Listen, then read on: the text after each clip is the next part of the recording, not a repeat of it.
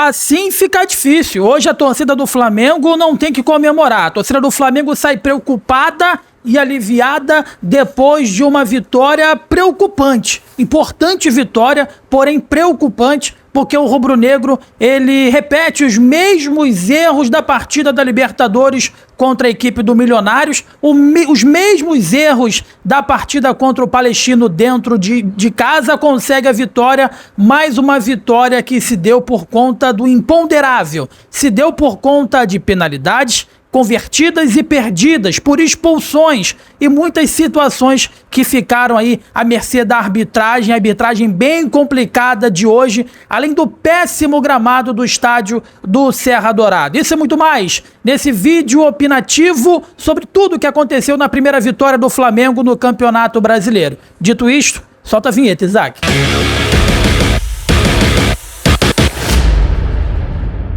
Ufa, ufa, torcedor, o Flamengo vence a equipe do Atlético Goianiense. Quem achava que seria um jogo relativamente fácil, tranquilo, não foi.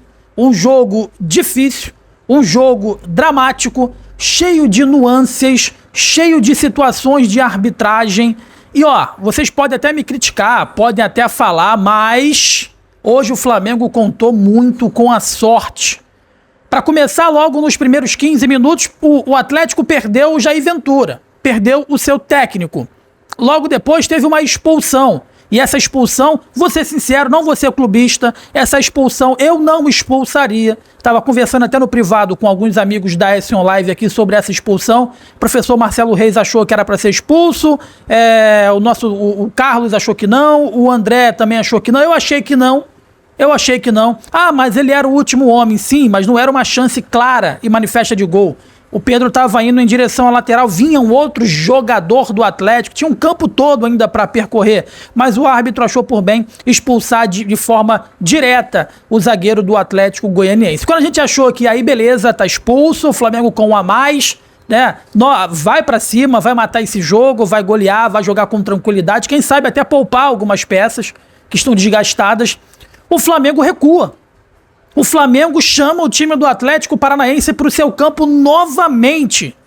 Novamente. O Flamengo, esse Flamengo do Tite, esse do Campeonato Brasileiro e da Libertadores, não do Campeonato Estadual, ele é um time que se contenta com pouco, que se contenta com 1-0. 1-0 não é nada.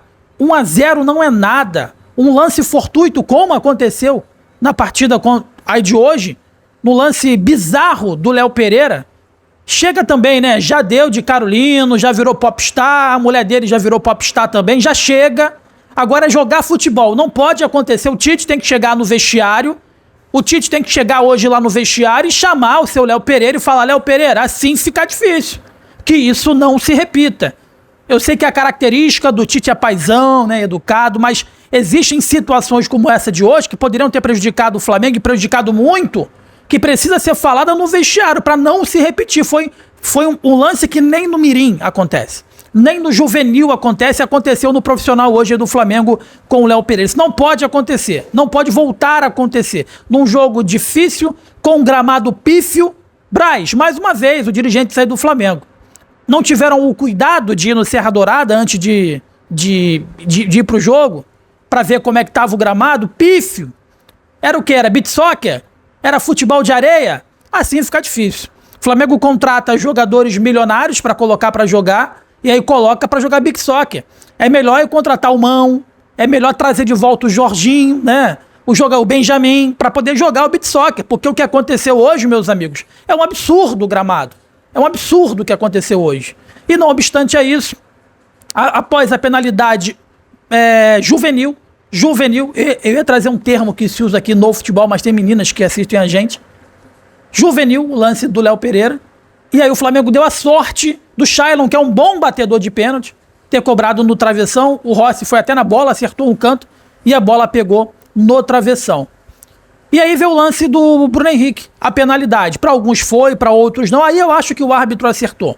Apesar de eu achar que o jogador do Atlético não quis desferir, ao contrário do Léo Pereira, que quis sim atingir o jogador do Atlético Goianiense, o jogador da equipe do Atlético não quis Não foi proposital, vamos dizer assim, não foi proposital a cotovelada, mas atingiu. Todo o movimento foi um movimento de proteção, mas que no final ele colocou força desnecessária que acabou atingindo o Bruno Henrique. Mas vai ter árbitros, Flamengo, que não vai dar esse pênalti. Vai ter árbitro que não vai dar. Esse árbitro deu. Mas antes disso, para você ver como que o Flamengo hoje contou com o São Judas Tadeu e contou muito com a sorte, teve um gol no lado do Atlético. Tá esquecendo? Eu não tô, não. Um cruzamento milimétrico. A ponta da chuteira do jogador do Atlético estava à frente. A ponta, o dedinho mindinho. O dedinho encravado do jogador do Atlético estava à frente. E aí o gol foi anulado. E depois aconteceu a penalidade em cima lá do Bruno Henrique, que foi convertida pelo atacante Pedro, que na minha opinião foi um dos que se salvaram nesse time do Flamengo hoje. Arrascaeta sumido do jogo. Não tem mais condições, aí eu vou concordar com o André Rocha, o nosso parceiro aqui, que sempre faz duras críticas ao Luiz Araújo. Não tem condições alguma do Luiz Araújo ser titular hoje do Flamengo. Ele não consegue dar prosseguimento em nenhuma jogada. Nenhuma jogada, é muito afobado. A dupla de zaga hoje é do Flamengo. O Fabrício Bruno estava jogando bem, o Léo Pereira estava um pouco abaixo.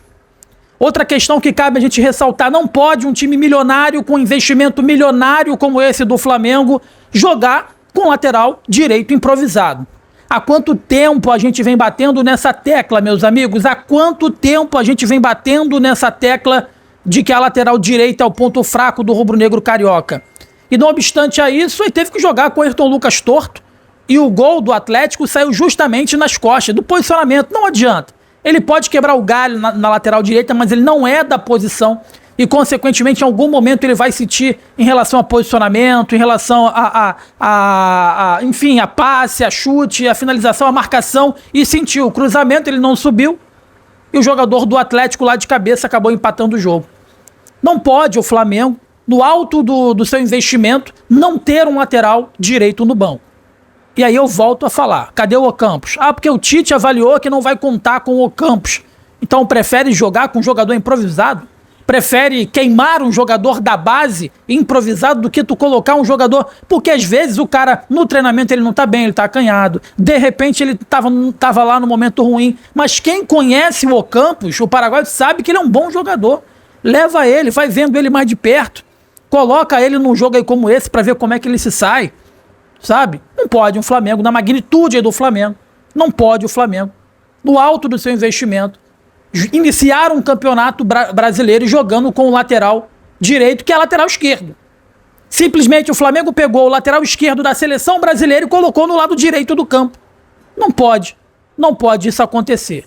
E Tite, o recado é pra você agora. Eu entendi sobre a expulsão lá do Jair Ventura, né? O Tite, quando faz alguma coisa, todo mundo desconfia de que ele tá fazendo pras câmeras, porque ele é midiático. O Tite é populista. Alguns vão achar que a atitude dele com o Jair Ventura foi populista, de defender o Jair Ventura mediante a expulsão, como acharam que ele tem entregue a medalha pro Carlos Vitor, pro Cal, lá do Nova Iguaçu, foi uma medida populista, porque tinha câmeras ao lado. Mas, Tite, às vezes... dar um esporro é importante. Eu sei que falar bonitinho, né? Falar educado é bom, é legal, mas às vezes, como que aconteceu hoje, é importante. É importante você chegar hoje no vestiário e mostrar pra eles que isso aqui não é brincadeira, que isso aqui é Flamengo. E que hoje eles só não saíram com uma derrota, mais uma vez tendo supremacia numérica em campo, por conta da arbitragem, por conta do imponderável, por conta da sorte, não da competência. E era simplesmente o Atlético Goianiense. Agora o Flamengo tem uma sequência mais pesada. Enfrenta no meio de semana a equipe do São Paulo. No final de semana vai ter Palmeiras, já vai ter o Bolívar fora de casa, vai ter um clássico aí contra o Botafogo. Não há tempo mais para errar. Esse tipo de erro que aconteceu hoje, principalmente do Léo Pereira, não pode acontecer. Não deve acontecer e deve ser altamente reprimido dentro do banco de reservas pela comissão técnica. E agora, mais uma vez, o meu recado é para a diretoria do Flamengo. Vocês são responsáveis pelo Flamengo estar jogando num pasto como esse de hoje. A diretoria tem que vir a público e falar, eu ou fazer uma nota ou qualquer coisa. Não pode, no futebol profissional de Série A do Campeonato Brasileiro, jogar num gramado como esse de hoje, lá do Serra Dourada. Trocaram a saúde dos atletas, colocaram os atletas em risco por conta de uma renda maior. E o Flamengo, como o maior clube do Brasil, precisa comprar essa briga o quanto antes. E uma outra coisa que eu quero falar, o Flamengo precisa de um lateral direito urgente. Não pode ficar à mercê do Varela, que teve uma indisposição, não pôde ir para o jogo, e o Flamengo teve que improvisar o lateral esquerdo da seleção brasileira pelo lado direito.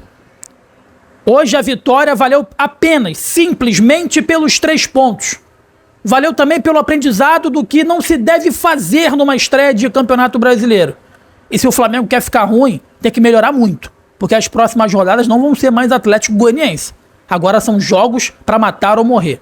E o Flamengo hoje quase que morreu, mas por conta de São Judas Tadeu, saiu do Serra Dourada com os primeiros 3 pontos da temporada de 2024 do Campeonato Brasileiro. Deixa o seu like, inscreva-se aqui no canal. É importante pra caramba pra gente, é muito importante pro nosso crescimento. S1 Live rumo aos 100 mil inscritos. Forte abraço, um bom domingo, tamo junto, valeu.